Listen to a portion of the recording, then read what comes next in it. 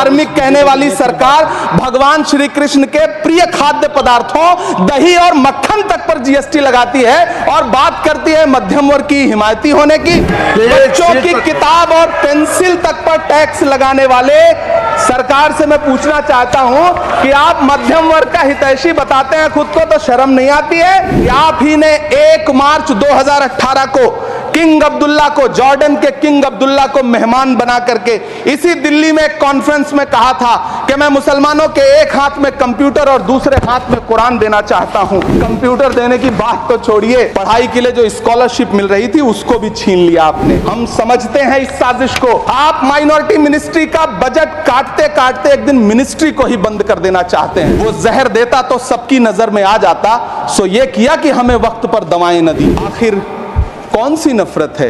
ये मुल्क हमारा भी है, इस मुल्क की मिट्टी में हमारा भी खून पसीना शामिल है। हमसे इतनी भी क्या नफरत? रिश्तों की ये नाजुक डोरें तोड़ी थोड़ी जाती हैं, अपनी आंखें दुखती हो तो फोड़ी थोड़ी जाती हैं। जिंदा रहते हुए जनता से हर चीज पर टैक्स वसूलने वाली ये सरकार कम से कम मरने पर तो लोगों को बख्श देती, लेकिन नहीं, वहां भी लूटना है। अंतिम संस्कार के सामान, अगरबत्ती, धूप बत्ती, केवड़ा जल, चंदन पाउडर, जौ, बताशा, काला तिल, पंचरत्न, कपूर और कफन तक पर टैक्स लेने वाली यह सरकार किस मुंह से खुद को मध्यम वर्ग का हितैषी बताती है? सभापति महोदय, इस सरकार का बाजार और महंगाई पर कोई नियंत्रण नहीं रह गया है। चाहे देश में लहसुन 400 रुपए किलो बिक जाए, टमाटर 100 रुपए किलो बिक जाए, प्याज का दाम सुनकर आंखों में आंसू आ जाए, लेकिन वित्त मंत्री महोदया बजट में महंगाई का मां भी नहीं बोलती हैं। सभापति महोदय, वो भी क्या दिन थे जब संसद में देश का बजट पेश होता था तो देश की सड़कें ठहर जाया करती थीं। रेल बजट पेश होता था तो लोगों की उम्मीदें रेल के डिब्बों की तरह पटरियों पर दौड़ने लगती थीं। पूरा देश धड़कने रोक करके वित्त मंत्री और रेल मंत्री को सुना करता था। अफसोस, अब बजट पेश हो जाता है, मीडिया चैनल सरकार का महिमा मंडन करते हैं और बेचारी जनता बजट के आंकड़ों के शब्द जाल में उलझी हुई महीनों बाद समझ पाती है कि उसका तो फिर से कट गया। जिस देश में 40 से 45% मेडिकल फैकल्टी की सीट खाली हो, वहां बजट में 75,000 नए मेडिकल सीट्स का ऐलान हो रहा है। सरकार बहादुर, कम से कम इस देश के पढ़े लिखे युवाओं को तो मूर्ख समझना बंद करिए। पहले 7500 मेडिकल सीट्स बाद में बनाइएगा, पहले जो एम्स में 2161 पद खाली पड़े हैं उनको तो भर दीजिए। वो अब तिजारती पहलू निकाल लेता है, मैं कुछ कहूं तो तराजू निकाल लेता है, मैं इसलिए भी तेरे फन की कद्र करता हूं तो झूठ बोल के आंसू निकाल लेता है। सभापति महोदय, पिछले 2 साल अमृतकालीन बजट पेश किए गए और इस बार एक नई शब्दावली गढ़ी गई है, तुष्टीकरण बनाम संतुष्टीकरण का बजट। सभापति महोदय, सुनने में कितना अलंकारिक लगता है ये शब्द। सोच रहा हूं देश की वित्त मंत्री और प्रधानमंत्री जी से पूछूं कि आखिर किसकी संतुष्टि? कदम कदम पर टैक्स देकर लुटने वाली जनता की, या फिर जनता से टैक्स वसूल करके धन्ना सेठों का खजाना भरने वाली सरकार की?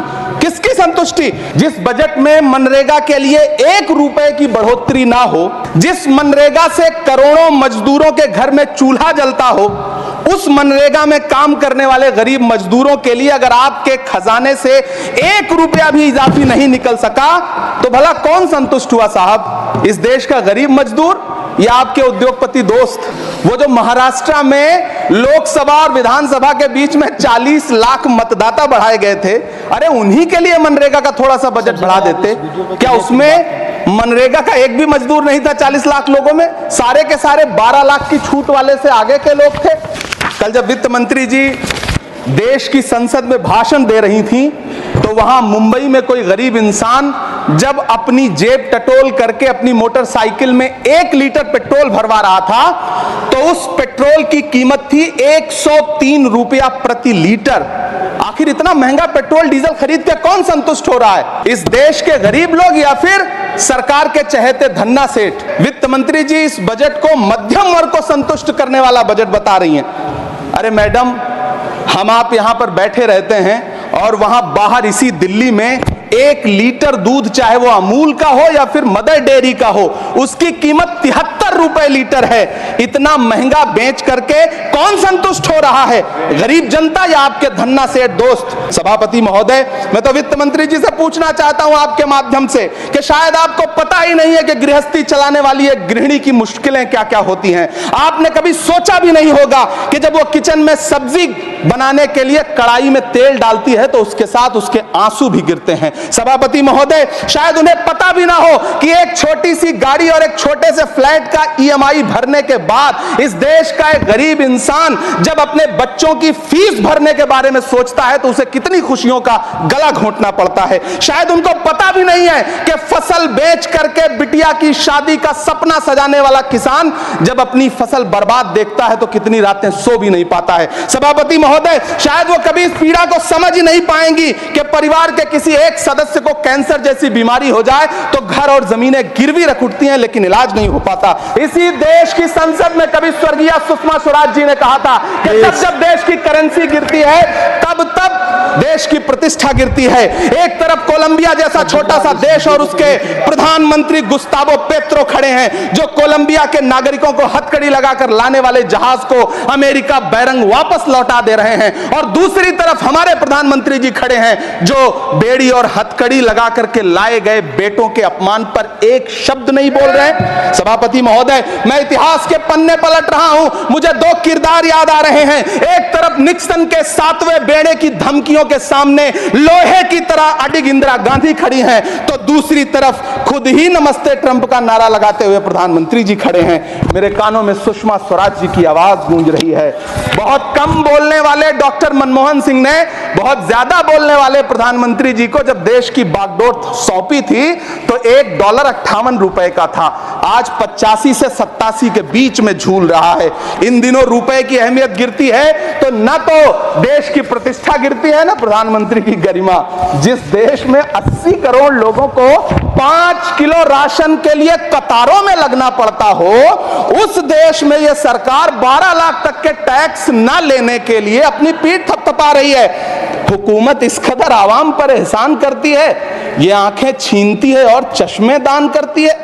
सभापति महोदय, महाराष्ट्र का भिवंडी हो, मालेगांव हो, इचल करंजी हो, यूपी का बनारस हो, मुआयमा हो, मुबारकपुर हो, रांची का छोटा नागपुर हो, बिहार का भागलपुर हो, हर जगह बुनकरों की उम्मीदें तोड़ रही हैं लेकिन इस सरकार के पास उनके लिए कुछ भी नहीं है। मुरादाबाद का पीतल उद्योग, कानपुर का चमड़ा उद्योग, सहारनपुर का लकड़ी उद्योग, फिरोजाबाद का चूड़ी उद्योग, अलीगढ़ का ताला उद्योग, सब सरकारी प्लानिंग से तबाह हो रहे हैं। इन तमाम के बीच सरकारी सपोर्ट से बस एक उद्योग फल फूल रहा है, नोएडा का नफरत उद्योग। मैं प्रधानमंत्री जी से कहना चाहता हूं कि आप ही ने 1 मार्च 2018 को किंग अब्दुल्ला को, जॉर्डन के किंग अब्दुल्ला को मेहमान बना करके इसी दिल्ली में एक कॉन्फ्रेंस में कहा था कि मैं मुसलमानों के एक हाथ में कंप्यूटर और दूसरे हाथ में कुरान देना चाहता हूं। कंप्यूटर देने की बात तो छोड़िए, पढ़ाई के लिए जो स्कॉलरशिप मिल रही थी उसको भी छीन लिया आपने। हम समझते हैं इस साजिश को। आप माइनॉरिटी मिनिस्ट्री का बजट काटते काटते एक दिन मिनिस्ट्री को ही बंद कर देना चाहते हैं। वो जहर देता तो सबकी नजर में आ जाता, सो ये किया कि हमें वक्त पर दवाएं न दी। अलीगढ़ मुस्लिम विश्वविद्यालय का किशनगंज सेंटर बजट के अभाव में दम तोड़ता जा रहा है। आखिर कौन सी नफरत है? ये मुल्क हमारा भी है, इस मुल्क की मिट्टी में हमारा भी खून पसीना शामिल है। हमसे इतनी भी क्या नफरत?